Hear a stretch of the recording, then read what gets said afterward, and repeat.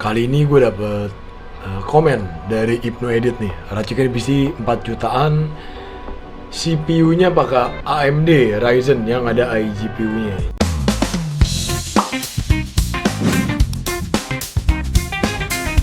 Kali ini gue dapet komen dari Ibnu Edit nih, racikan PC 4 jutaan, CPU-nya pakai AMD Ryzen yang ada iGPU-nya.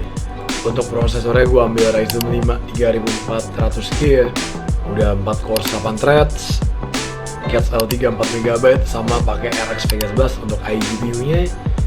Sudah memakai PCI Express Gen 3. Motherboardnya ambil ASRock B450M STV. Untuk casing gue ambil Oxypus Gamma C50.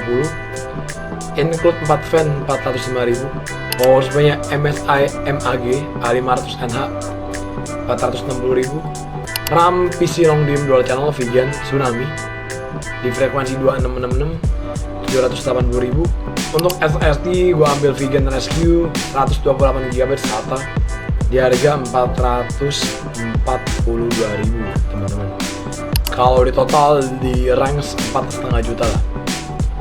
Kalau misalkan lu pengen tambah harddisk lagi, misalkan lu mau ambil yang 500GB, jadi 4.769.000 ya. Jadi semoga ya ini racikan komputer 4 jutaan ya, ekspektasinya ya paling kalau buat main game tipis-tipis, editing full HD 1080p juga masih sanggup lah ya.